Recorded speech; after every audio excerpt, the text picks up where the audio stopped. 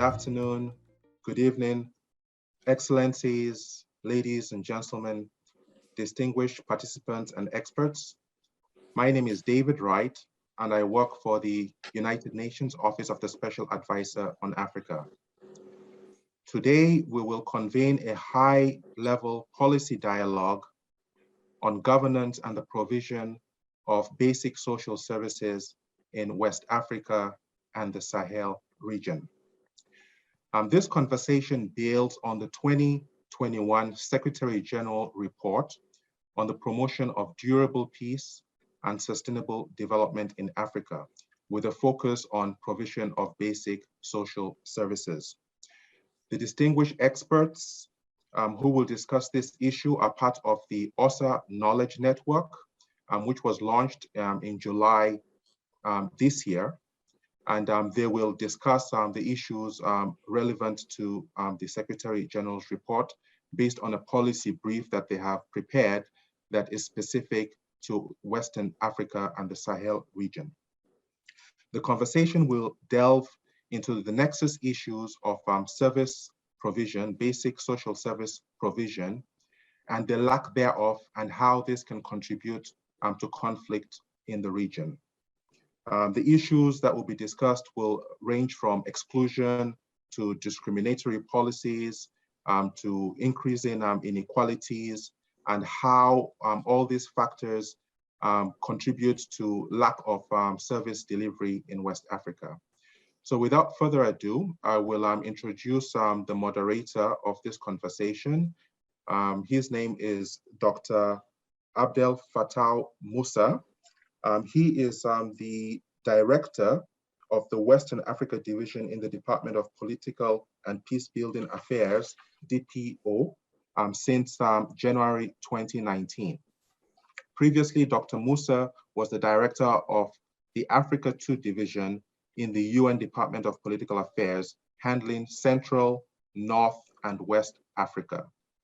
Dr. Musa served as deputy head of Office and Director of Political Affairs in the UN Office of the African Union from May 2014 to March 2016, where he led the political pillar of UN's strategic partnership with the African Union and the regional economic communities on peace and security, and supported mediation and good offices in Eastern and Southern Africa.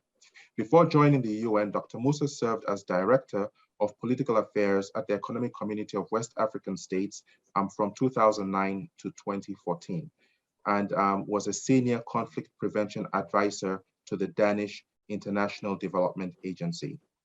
Dr. Musa spearheaded the development of ECOWAS's Conflict Prevention Framework, the organization's strategic document for operational and structural conflict prevention. He also coordinated electoral and security assessment missions and played a leading role in formulating and backstopping political responses to various crises, including in Guinea, Niger, Cote d'Ivoire, Togo, Mali, and Guinea-Bissau. He also facilitated the establishment of the ECOWAS Electoral Assistance and Mediation Facilitation Divisions. There's a lot more to the bio of Dr. Musa, but the rest of it will be posted on the OSAA website. So I'll now pass on the floor to you, Dr. Musa, to moderate the session. Thank you, and over to you. No, thank you very much, David Wright, and welcome to this session. Good afternoon, good evening, good morning, wherever you may be. As David said, this policy brief by 4 distinguished scholars in the region, West Africa and then the Central region, actually focus on the delivery of social services. And we are talking about services that go to the heart of the sustainable development goals that all our member states are, supposed to achieve by the year 2030. And some of the basic ones are, there's basic sanitation, education, health facilities, energy, and the basic things that the ordinary person in the region needs in order to go about their normal businesses. And we have seen that there is often a deficit of the provision of these services. So this discussion is going to focus on, the nexus between social services deficits in these regions and, the conflict dynamics in the region, to see what are the constraints on government to deliver these services, what, happens to the delivery in such a way that it's most of the time not equitable and at times substandard and very transient, as far as the region is concerned, and how that either promotes peace or plunges the society into crisis. So briefly speaking, the four authors are Dr. Abonifo John, who is Associate Professor of Sociology of Development at the Osun State University in Nigeria. Then we have Dr. Chioma Daisy Onyige, who is,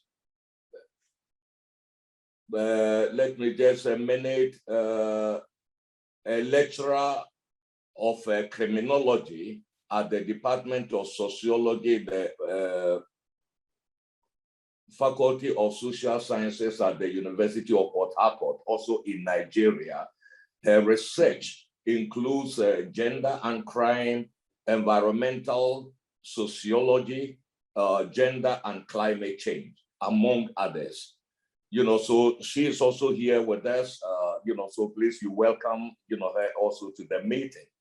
The third, who may join us later on in this discussion, is Dr. Aloysius Ngalim, who is currently an associate professor at the Department of History at the University of Bouer in Cameroon. And then last but not the least, we have Dr. Osaritin Idahosa, who is a lecturer in the Department of Political Science, Faculty of Social Sciences in the University of Benin, also in Nigeria.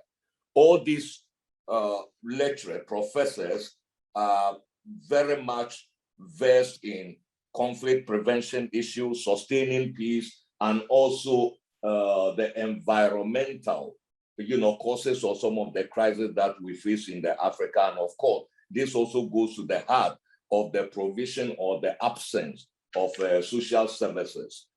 We are going to ask two broad questions to each of the professors, speaking to the policy paper that they have prepared based on the Secretary General's report to the General Assembly in June this year, which actually focuses on that. So we are going to probe further, to, either further and read the policy paper or, to see whether it has covered everything. So there will be one question on the substantive issues of the policy paper and another, which will focus more on policy recommendations in order to make sure that service delivery, is actually improved, with enhances in the region. So without much ado, let me go straight to the first question, and this one goes to John Osayere. John, this is the question to you. What is the link between governance and service delivery in Africa?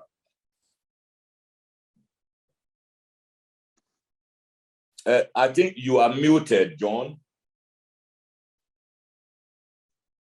Yes, thanks for that reminder. Thank you very much, Musa. Thanks for OSAA for putting this forum together. Yes, there's a very, very close link between governance and service delivery in Africa.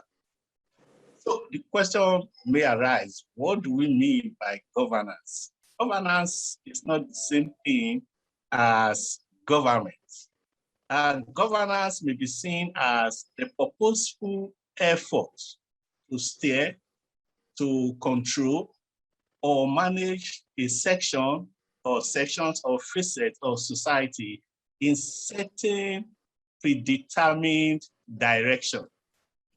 In other words, governance means governing that includes both government and non-state actors who have a stake in governing. So governing extends government to non-state actors. And this type of governing has a lot of benefits, one of which is the fact that by bringing in more people to governing, there is more legitimacy. The government is able to acquire more legitimacy and support for its decision. So what is the raison d'etre of state? Why do states or government, why do they exist? Government exists to provide basic social services that makes for decent human life and security of lives and property for citizens. That's the essence, that's the reason why government exists. So we see that these services can be provided adequately for the people when citizens are involved in decision-making. When citizens are excluded from decision-making, what we might see as government tends to direct facet of society or the entire society in ways or directions that meet or satisfies its political interest. And government cares little whether what is politically viable or efficacious is economically disastrous. And of course, government is not a repository of knowledge and wisdom.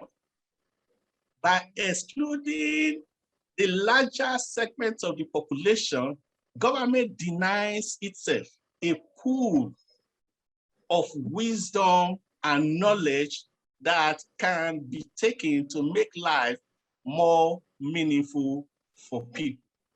Okay, Dr. John, thank you very much for that introductory expose on governance.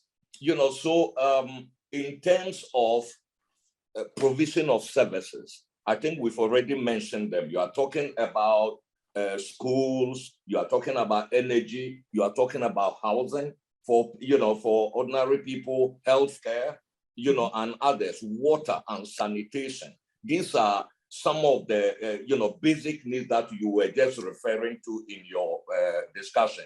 So what actually are the factors that actually promote the provision of such services, and what are the drawbacks? What makes it impossible for government actually to deliver on these basic necessities of life for the population? There are several reasons why government is unable or may be unable to provide for the basic needs of the people. Some of these factors are external and some are internal. All of us, or some of us, may recall in the early to late 1980s when the structural adjustment program was imposed on many developing countries. Some of the pillars of SAPS was that the government should attempt to reduce deficit by removing funds from servicing social services. That government should embark on downsizing, that government should liberalize the economy, that government should deregulate all of these factors, the effect all of these factors had was to remove government from society and allow citizens to fend for themselves. In fact, one of the arguments I will never forget that the Nigerian government used to bandy about then was that government cannot do everything for the people. And why was this? Because that was the idea and ideology of SAP. Now, this is one major reason. Now, there are other reasons.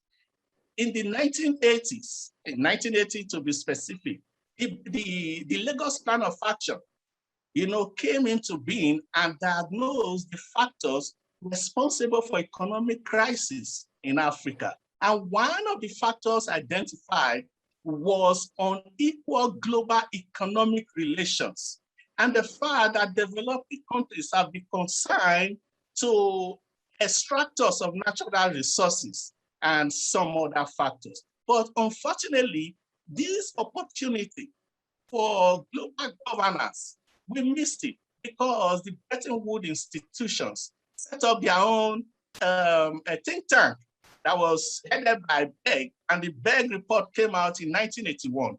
And the Begg report identified factors that were completely at variance with what the Lagos Plan of Action had identified. John, thank you very much. This is very important. But let me tell you, the IMF and others, they are not development agencies. IMF is not. IMF comes in when there is mismanaged economy. So they are going to tell you to tighten your belt and others. Okay, so that is part of it. Yeah, but there are other issues, right?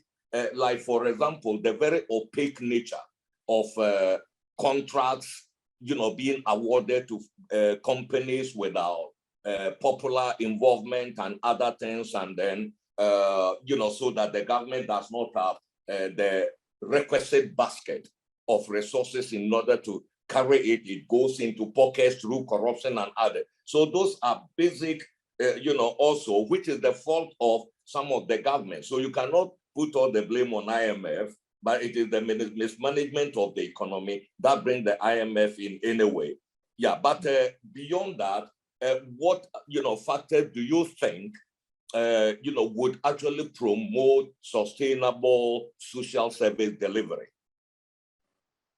There are quite a number of factors, but if you will excuse me, I just want to quickly respond to your last remark. In the days of modernization, the idea was so to developing countries that debt was the way to go for quick industrialization. And in fact, loans were made cheap and available to developing countries. And these loans were taken for that very purpose. But in late 1970s, the United States and the UK unilaterally increased, payment on loans. And that was what brought about the debt crisis. So at that point, it wasn't mismanagement. It was that unilateral action coming from the West that created the debt crisis, that brought in IMF and the World Bank to try to bail out these countries from the crisis. There are several things that could be done to enhance governance and service delivery in Africa. One of these is, I don't know whether this makes sense, is to work to reduce poverty. How do we do this? I think what to do is to study and understand what poverty is and present approaches to poverty reduction. Are they working? Why are they not working? What should be done? And there are also, for example, international regimes that tries to promote transparency and accountability and reduce poverty in the energy and gas sector. For example, Haiti. But it is controversial whether Haiti is actually achieving its purpose, because there are some loopholes, that have been created in the law setting up Haiti in Nigeria, for example. So civil society, they are not really able to hold government accountable. Okay, thank you very much. Look, let me come to you, Chioma, Daisy, on this issue. Look, when you look at the West Africa and the Sahel, today, what do we see in terms of the conflict dynamics in the context of absence of state, absence of the state in the periphery of many of these countries, right? Where we have the Islamic jihadists, Boko Haram, whether you are talking about the Lake Chad Basin or you are talking about Jenin or the Islamic, state franchise in the broader Sahel. For example, where they go, try to substitute for the government, which has not provided resources for them. So you see them controlling communities and other things while the government is actually retreating from the periphery, which is a very dangerous trend as we see in West Africa and the Sahel today. In your opinion, in the context of this weak service delivery, particularly in the periphery and others, what role can trust in government institutions play in promoting peace? And, what role can trust in institutions help in promoting peace? And how do you build that trust? Thank you, Dr. Musa, for that question. I think when you talk about, you mentioned terrorist groups doing some of the functions that the government are supposed to do, for example, there are several conflicts that have occurred especially in the West African region. And these are hinged on several factors, some of them which include, but not limited to, things like poverty, human rights abuses, bad governance, of course, corruption, which has been earlier mentioned. We also have issues of ethnic marginalization, and even the issues of small arms proliferation. These are things that you see, these are factors that are making, in short, encouraging the conflicts that we see today in many of the West African countries and the Sahel. Now, in the context of weak service delivery, good governance is integral to the promotion of sustainable peace. However, when there is no trust in the government or the government institutions, this can be very problematic in the context of weak service delivery. So the most visible function of any government or any government structure or institution is that ability to provide these basic services and amenities. And you mentioned some of them earlier: affordable healthcare, education, water, sanitation, justice, security. When these basic amenities are put in place, this can contribute to sustainable peace in several ways. But delivery of these services, whether at the local level, because the state or national level, and the promotion of sustainable development do not inherently promote peace if they are not provided in a fair, equitable, and reliable manner. Most African countries, we do our levels of government. We have those at the local level, we have those at the national level, at the state level, and the national level. Those at the local level are those closer to the grassroots people. So the grassroots people, we have also units such as where you have the traditional rulers, you have youth leaders, women leaders, men leaders, and so on. Different factions. These are the grassroots levels of governance. Now, if we look at the issue of the local level, because this is where even poverty is most centralized. When provided by local governments, in a fair, credible, and legitimacy of the state, they will not see a trust in governments. This is particularly true in the wake of conflict and or instability, when the provision or restoration of basic services can be seen as a, how will I say it, a materialization of the peace dividend. You show people the benefits of peace and increase their commitment to sustaining peace. Even during Daisy, times can in you, a country. Daisy, yes, hello. Can I come in to probe further on that issue that you raised, which is very important? Okay. Our societies in West Africa, in the Sahel, have lived harmoniously over the centuries.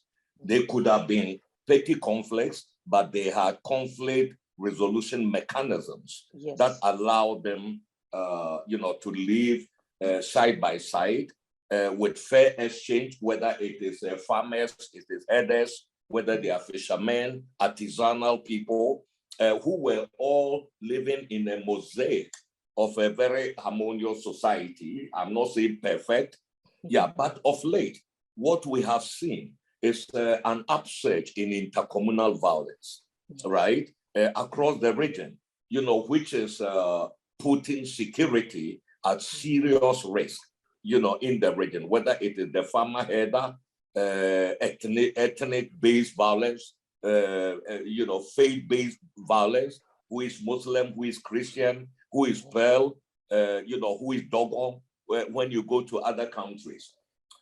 Have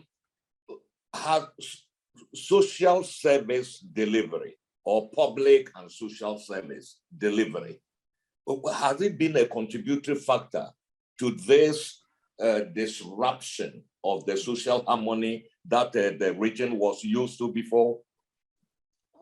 Yeah, in some ways or many ways, because they are all linked. Now, I was about to land when you now ask this question, but anyway, we'll get there. So when I was saying that when the government is able to provide some of these basic amenities, the citizens now have some form of trust, right? However, they are not without their own hiccups, without its own hiccups. For instance, in the case of corruption, you can have corrupt officials at the local level of governance, and at that level, then they are able to meet the demands of the people at that level. This can undermine the peace and stability. Now we talk about issues of inequality. We have marginalized groups, ethnic marginalized groups within even an ethnic group. These things fester conflict. And even in cases of when they have a service delivery, even if be it a good one, you find out that when you have marginalized some people, there's some voices are not heard, people's whose lives are even affected by the conflicts. You see that this festers our conflict in the region. For example, you look at people, vulnerable people, women. When there is conflict in a region, women are the most disproportionately affected. They suffer the most, women and children. However, when decisions that have to do with their lives are discussed, they are not brought to the table.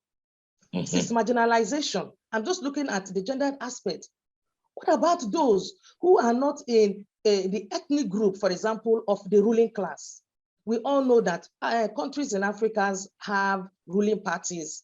Now, if unfortunately your local government or your state was not in support of the party in place, you are very likely to be marginalized throughout the period of that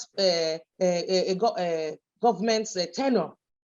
What does this bring about? This brings about extreme poverty to the region. It brings about a lot of conflicts because people will be agitating. They'll be agitating for their rights as citizens, So whether we like it or not, when agitating, what they're asking for, they're not asking for unreasonable things. They're only asking for the basics. And that is the service delivery. If the government is able to provide these service deliveries in a fair, what is fair, equitable, and reliable manner, we are likely to see low, minimized rates or cases of conflicts. Okay, no, thank you very much. John, let me come back to you.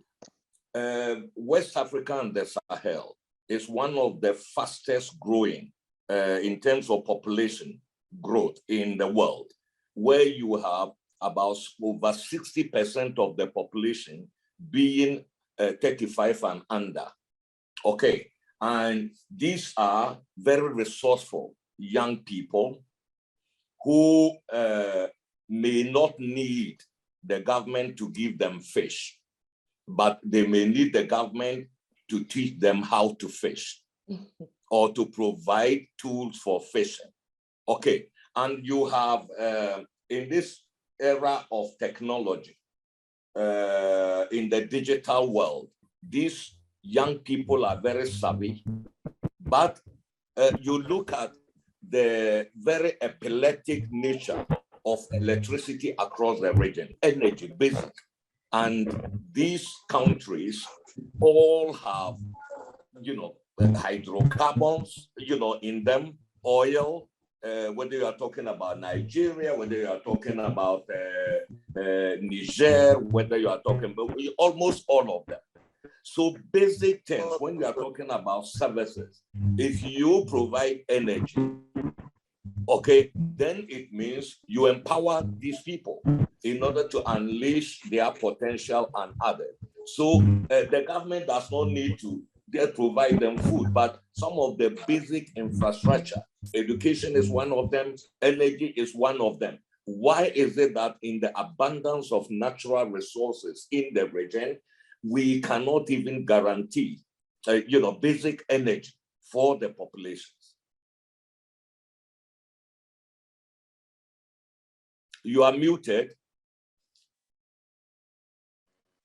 Thank you once again. The explanations or reasons for that, they are not far-fetched. In comparative terms, African citizens, particularly citizens of oil-rich countries, they are energy poor. When you compare their daily energy intake or use to what their counterparts in Western European countries use on a daily basis. We live under a very serious debt burden. And if you permit me, let me give you this statistic. In 1980, the total debt of developing countries stood at $567 billion. Between 1980 and 1992, these countries paid back $1,662 billion. However, because of the high interest rates, the debt increased to $1,419 billion in 1992. The rising interest rates forced developing countries to take out new loans to avoid bankruptcy. Debt repayment drained about $160 billion each year from developing countries. This is about 2.5 times the total development aid that these countries receive. Given this financial hemorrhage that even a former French president, Mitterrand, if I'm not mistaken, attested to, where do we expect for developing countries to get the resources to provide basic services and amenities for each citizen? It becomes very, very difficult because they spend a large chunk of their foreign exchange revenue to service debt. But beyond that, beyond the debt burden, we know that crude oil or gas, these are natural products. And at the international market, producing countries don't determine the price of per barrel crude of oil. These are internationally determined. And they are done in such a way that the multinational oil corporations and their mother countries benefit more than the producing countries. At the end of but excuse me, let me stop you here. what of the responsibility of the government in, giving into the exploitative relations? Because that is also part of the governance that you talked about. So where is the responsibility of the government here? Yeah. The responsibility of the government is first and foremost to its citizens. But unfortunately, our politicians lie. They give us the impression that they are in charge. They make promises that they cannot fulfill. And we know that they are not fully in charge. For example, IMF, World Bank, determine for us the economic path we should go. So there is little control that we have over these global processes. Mind you, oil and gas, they are international global commodities. So we have little say over their extraction, transportation, and sale. That is the reason why. But that notwithstanding, whatever the government is able to realize could also be deployed for the benefit of the people. But if you ask me, I don't think Nigeria is a good case because we have close to 300 million people in Nigeria. And how much flows into the government coffers annually? We have this impression that Nigeria is a rich country. The reality is that Nigeria is not rich. When you compare Nigeria to other oil-producing countries, especially in the Gulf and outside. So they have very, very little to work with. And then, of course, they have internal dynamics and problems, that make them too political, make them take politically sensible decisions, or decisions that are economically unproductive. No, thank you very much, John. Look, Chuma, let me come back to you on this issue. In your policy brief, you all mentioned corruption as one of the factors that impede equitable and sustainable service delivery by, the government, right? So, and part of that is also the provision of services that are not durable. When you raise the hopes of the population, and then before they realize it is gone, and some of them have the perception that, it is somebody who has put the resources for that in their pocket or anything, something like that. But we've got the traditional structures in Africa, right? The communities and then other things. What can we do, basically to make sure, that corruption does not become a factor in the social service deficit that we are seeing across the, continent? What is the role of the population, of the communities and others, in terms of fighting corruption, trying to eliminate corruption in the delivery of services? Thank you very much, sir. The question is very, very important. I think it's because we do know that we do have a problem of corruption in terms of governance in many African countries. It's not particular to a particular country. Sometimes I often ask myself, is corruption even a part of our culture? Is it not a culture? But corruption starts with me, it stops with me. So everybody, every citizen, every member of the society has a role to play in curbing corruption. However, when it comes to now electing representatives, people who represent us at higher levels, at governance levels, that is where we fail. We need to get to a stage or a point whereby we say to ourselves, there used to be a time anyway, it was like that, I can say in Nigeria, maybe in the 70s, but not anymore. When people were chosen by their people to represent them, knowing that this person will deliver. Now people send people who of questionable character to represent you. Then how can that person do what is right for you? you know? So this issue of corruption, I said it is the role, everybody is involved. Everybody's role, hands should be on deck. For example, we talked about, I mentioned that issue of service delivery, that when the people from the local level, for example, have trust in the local governance structure put in place, you'll find that in such regions, there will be peace and stability.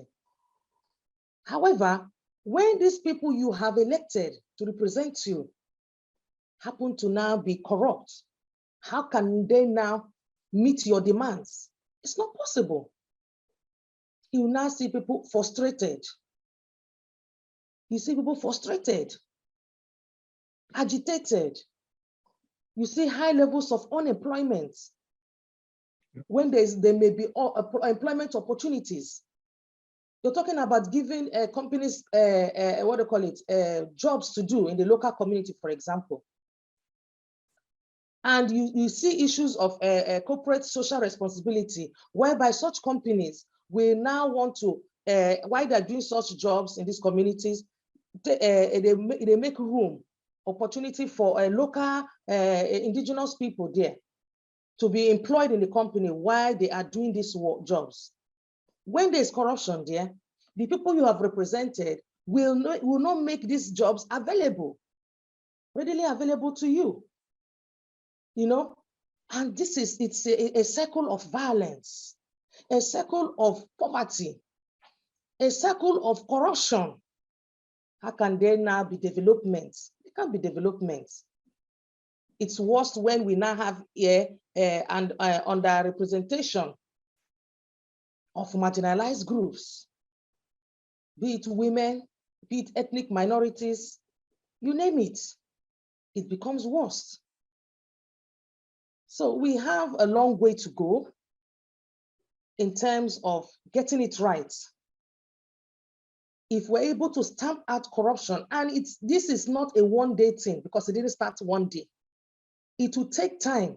We need to bring about, there has to be this awareness, sensitization for everyone.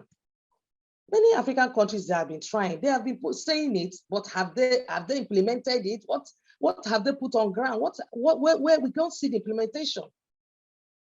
Many governments, they use even the issue of corruption, saying that it's because they're coming out to stamp out corruption, and people voted for them because of that. But where do you now get involved in such governments, corrupt people? Then how can you be able to fight corruption? It's not going to be possible. We should get to the stage whereby we elect people based on their credibility. So let us go to, in fact, we are coming towards, the concrete, something like solutions to some of the issues that we are talking, about. And Dr. Idahosa, we have just been talking about corruption, and welcome, welcome to the meeting to join us, in this one. We talk about corruption, which remains the bane of service delivery in Africa. And Chuma has been speaking a lot to that, talking about weak service delivery, which has continued apace with anti-corruption effort, to revamp it. So in terms of this accountability, can you please add to what Chuma was saying, about what can we do? What can society do? You are talking about civil society, you are talking about communities, you are talking about other watchdogs, whether it's the judiciary and others. What can we do, to reduce corruption to a minimum in order, to favor the provision of basic resources with the resources that can be saved from the anti-corruption drive?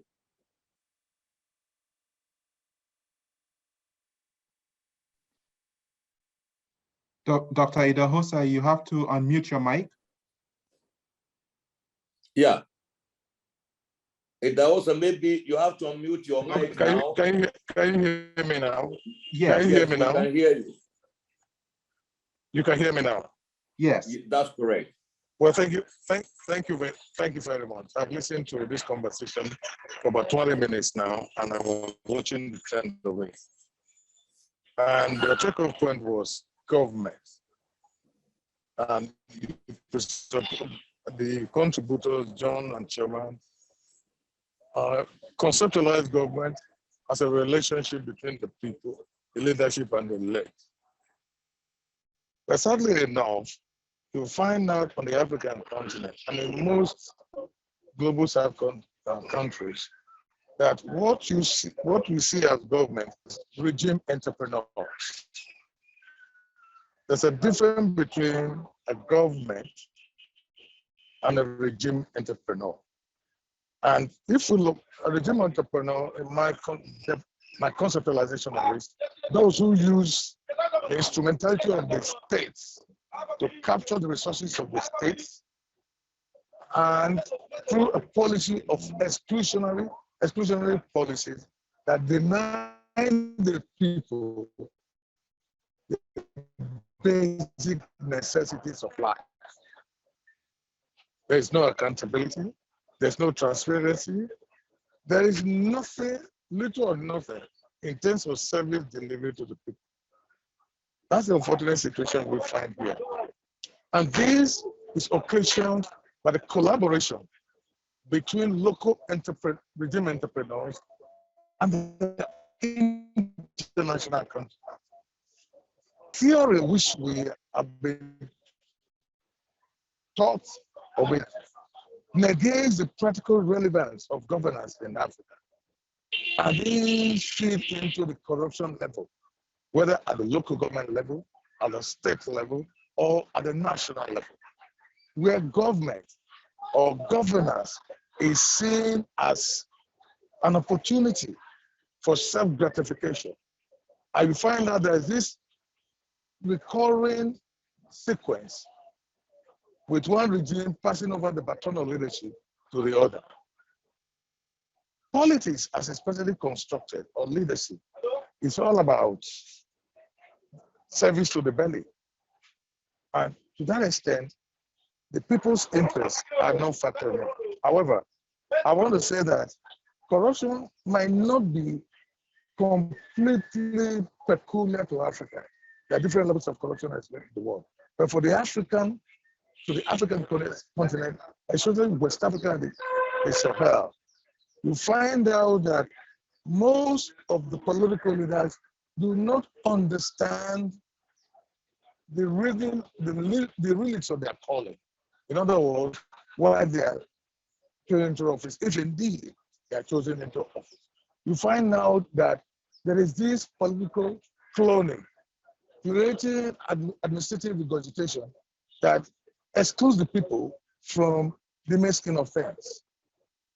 Whereas in more advanced democracies, service to the people is the primary object of government. But here, it is the subject of government which has little or no relevance to the whole architecture of government. No, thank you so much. Dr. Aloysius Singalin, also welcome to the show. And let's go to a related question, to what we have just heard, right now.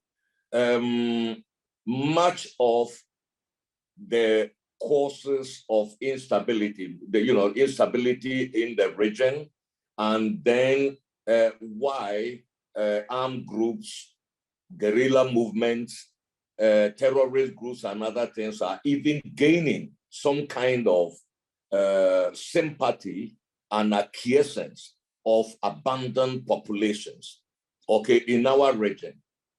And a lot of it is due to social and economic inequalities, whether it is vertical or it is horizontal. So there is a breakdown of the social contract between the government and the governed. What concrete steps do you think, deliberate, can the government and society take in order to rebuild this trust, to rebuild the social contract, also around the delivery, the mobilization of the population for the delivery of social services, in order to build this trust that we have lost in many parts of the region? Over to you.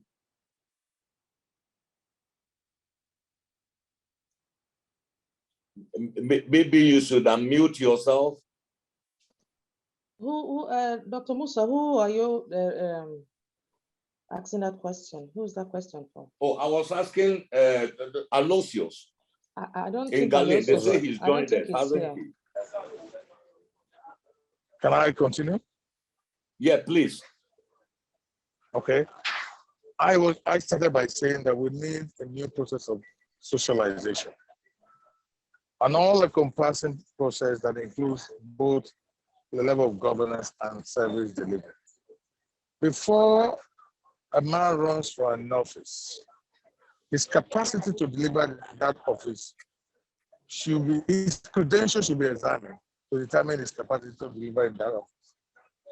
And also when it's in office,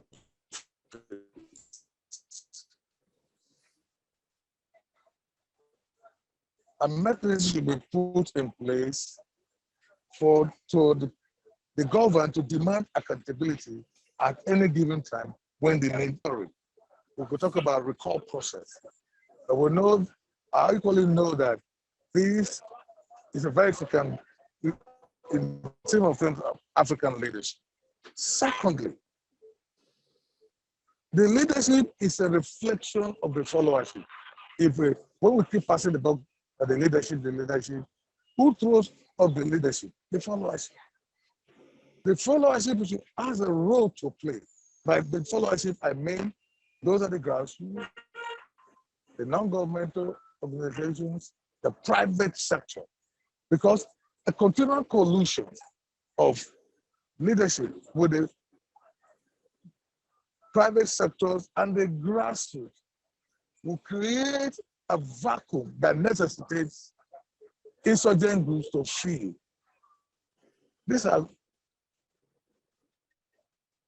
if you talk about Boko Haram and others, there is this vacuum that they have filled because of the government neglect. And the populace sees support in an attempt to get relevance in the scheme of things. Okay. Otherwise, no, thank you. If government was government and this necessities, service delivery were occasioned to the people as at when nobody will want to be part of an insurgent group or a solution. Okay, thank you very much. Can I continue? Can I continue, Dr. Musa? Yeah, it seems like our time. Can I continue? Can you hear me?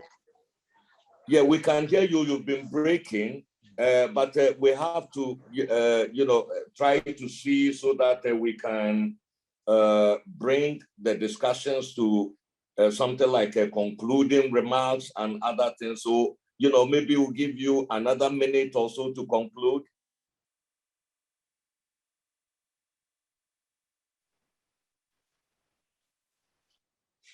And maybe you are muted, eh?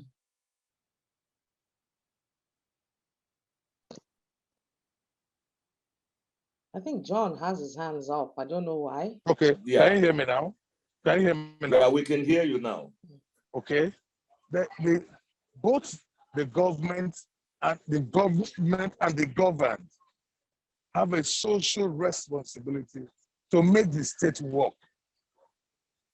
And I do not sincerely believe that it is exclusionary or it is the sole responsibility of government to provide everything. Both the people, whether at the grassroots, at the regional level, at the state and national level, have a role to play So those in government should give the people a chance so that they can harness the abundant talent of the people outside the corridors of power. Secondly, the people also should do everything possible to make their resources, I'm not talking of fiscal resources right now, the resources available to government to be able to govern effectively. Thank you very much.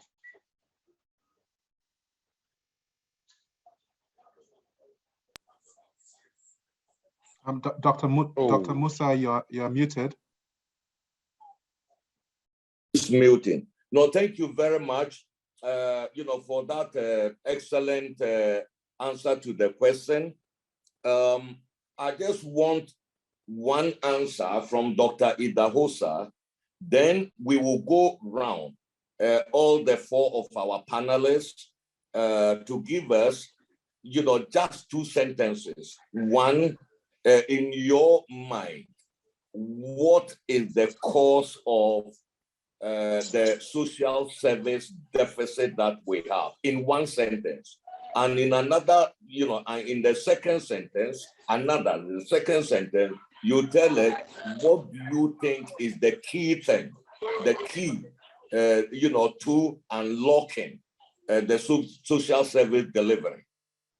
In the one sense, in response to your first question, social. No, in the response to your first question, okay? Yeah, in your mind, yeah, beginning with Chioma,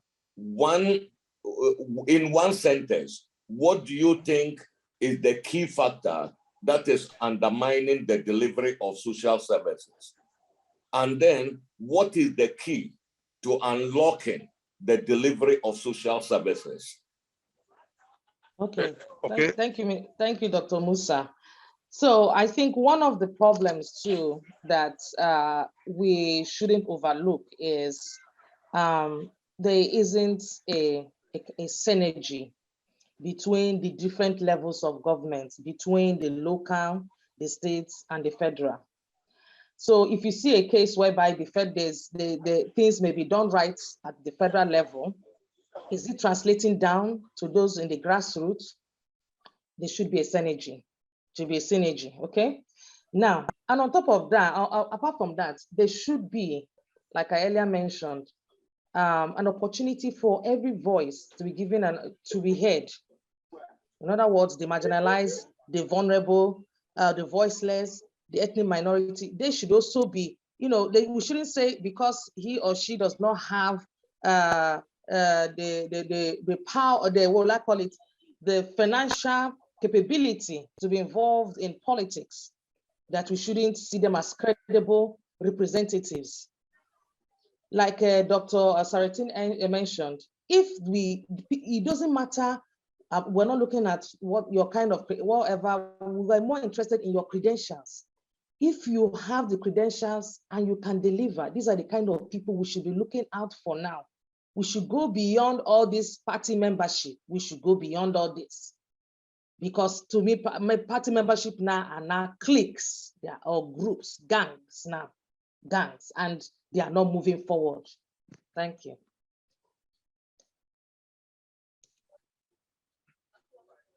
Dr. Musa, you need to unmute yourself. Okay, can I contribute now? Yeah, contribute. Yeah. Okay. In one sentence. Yes. The problem is because of the trickle-down philosophy that we tend to operate. That means government from the national to the states to the local.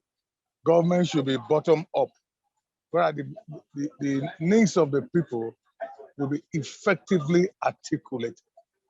But so it's like flipping it inside out. Thereby transparency, accountability could be guaranteed. Find as a way forward, both the government and the governed should know that the state comes first, and everything that will be done in the state should be geared towards delivering the public goods for the people. Thank you. Thank you very much.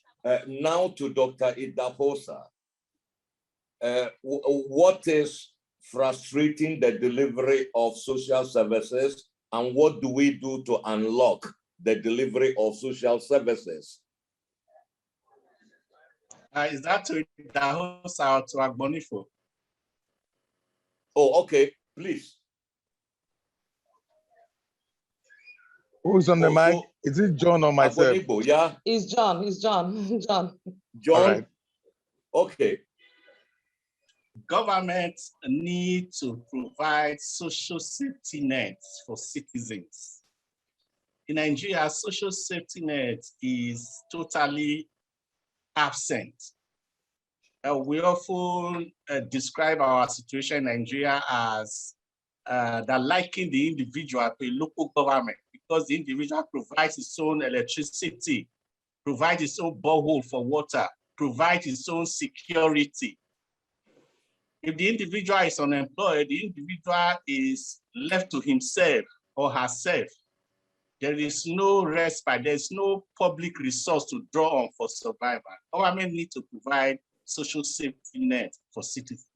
And there is a debilitating problem in this country, and that is the problem of inequalities. Inequalities, regional inequality, class inequalities, inequalities in terms of religion, ethnicity. Government need to be proactive and begin to put down policies that de-emphasizes religion, ethnicity. I cannot see why religion should be an issue for the government. Religion is a private thing. Individuals should be allowed to practice their religion in their private homes. Why set up a mosque and a church within a school compound? It's not required, it's not needed. When I was on my master's course in Cairo, American University, no religious activities was allowed on campus, whether you are Muslim or Christian. And I think that makes for peace than what we are presently practicing in this country. I would like to say this: we all make our own history, but not under the conditions of our own choosing.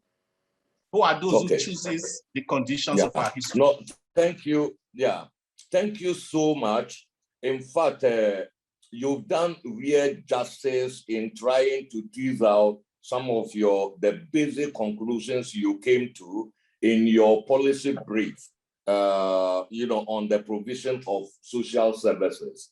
I think in this discussion, we have touched on the external and internal factors that impinge on the delivery or the absence or the weak delivery of public social services in our communities. Because in the first place, like you pointed out correctly, delivery of social services will also depend on the resource base of the government. So where the government's power of accumulation is weakened, either through corruption, through opaque contractual agreement, with partners and other things, the resource base is going to be lower, and there will be less actually to go into the social service delivery. I think you brought that out very clearly. You talked, about inequalities based on, whether horizontal or vertical, that also hinder the delivery of social services. I think that was very clear. And discrimination based on identity that you have also teased out from your, deliberations here. And I think there is another point that also came through in almost all your presentations today, and that is the nature of governance, the quality of governance. Are we going to have a bottom-up approach or a top-down? Are we going to have an inclusive government, inclusive developmental processes, decision-making, the whole issue about decentralization, the whole issue about devolution of power, to the people, and in order to enhance the communal spirit. I think you mentioned all these.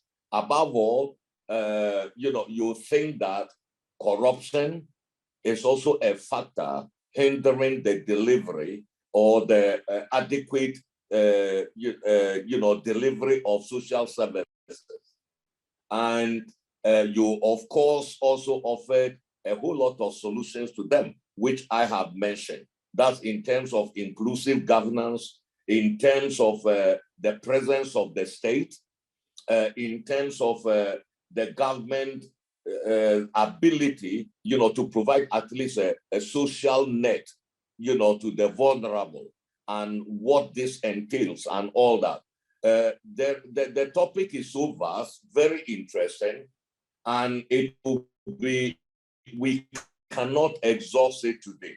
But I think you've done a lot of justice to it, and I think it's going to form the basis of further deliberation within our communities and others. So, we thank the Office of the Special Advisor on Africa, for making this possible. And let me, at this point, thank you very much for the very able manner in which you've handled the topic. And let me hand you back to David Wright of the Office of the Special Advisor on Africa, for his concluding remarks. Thank you very much. Yes, thank you. Thank you so much, Dr. Musa, for a very comprehensive summary of the discussions that we've had today. I must apologize for the internet connectivity, which affected the sound in the delivery of the information that we've received today. Dr. Osaratin had some very good points which came in, but quite intermittently. Indeed, I believe that the experts, the distinguished experts, have done justice to this topic of provision of basic social services in West Africa. And I think the issue of good governance, as has been said by most of the experts, is very critical, especially in the government's ability to plan their budgets and to empower local administrations to create an enabling environment that will allow them to provide these basic social services to their people. Otherwise, it will just lead to a trigger in conflict, which is what we are seeing. I also believe that a lot of the spending of some of the governments more on military expenditures is taking away the resources that could be used to provide these basic services like housing, education, health, and access to clean water and sanitation. But I believe that we have raised this issue, the issues, the challenges that are being faced, and the importance of delivering on services for the people. I would like to take this opportunity to thank you, Dr. Musa, for moderating this session. I thank you, Dr. Daisy Onyige, Dr. John Agbonifo, Dr. Osaratin Idahosa. I believe we have lost Dr. Ingalim, but we thank you very much for your inputs, and we will certainly move this topic forward, and hopefully we will create an environment where we'll be able to hear you all much better. So I thank you all. I also thank the technicians for supporting us and for being patient with us as we set up this discussion. I adjourn the meeting. Thank you very much. Bye-bye.